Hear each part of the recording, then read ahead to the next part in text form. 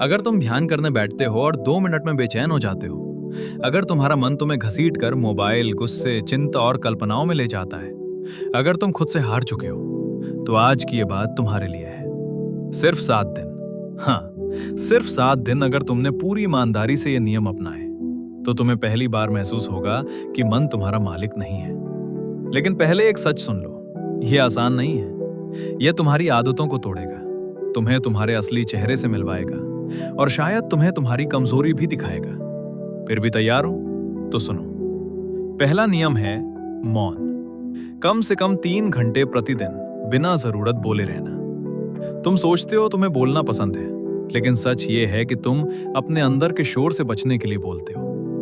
गौतम बुद्ध ने कहा था, जब तुम चुप होते हो तब तुम पहली बार खुद को सुनते हो। मौन में बेचैनी होगी, मन भागेगा, तुम्हें लगेगा कुछ छूट रहा है, लेकिन वही छूटना जरूरी है। दूसरा नियम, सुबह जल्दी उठना। सूर्योदय से पहले उठो, न स्नूज न बहाना। भगवत गीता में कहा गया है, अभ्यासेन तु कौन्तेय। अभ्यास और वैराग्य से ही मन वश में आता है। सुबह 20 मिनट सिर्फ अपनी सांसों को देखो, कुछ मत बदलो, बस देखो। पहले 5 मिनट में मन भागेगा, 10 मिनट में ऊब आएगी, 15 मिनट में हल्की शांति की झलक मिलेगी। यही मेहनत है। तीसरा नियम, डिजिटल उपवास। मोबाइल तुम्हारा दुश्मन नहीं है, लेकिन तुम्हारा मन उसकी लत का गुलाम है। एक दिन के लिए रील्स बंद, स्क्रोलिंग बंद, अनावश्यक चैट बंद। ओशो कहते थे, मन लगातार मनोरंजन चाहता है क्योंकि वो खुद से डरता है। जब स्क्रीन हटेगी, तब तुम अपने खालीपन से मिलोगे। चौथा नियम, सात्विकता। भोजन हल्का करो, कम मसाला, कम मात्रा। जैसा अन्न वैसा मन। तुमने ध्यान दिया होगा, भारी खाना खाकर मन सुस्त हो जाता है, हल्का खाना खाकर मन हल्का लगता है। यह सिर्फ शरीर का प्रयोग नहीं है, ये ऊर्जा का विज्ञान है। पांचवा नियम, विचारों को मत रोकना। यही सबसे बड़ा भ्रम है कि ध्यान का मतलब विचार रोकना है। योगा सूत्रस ऑफ पतंजलि में कहा गया, योगश चित्तवृत्ति निरोधा।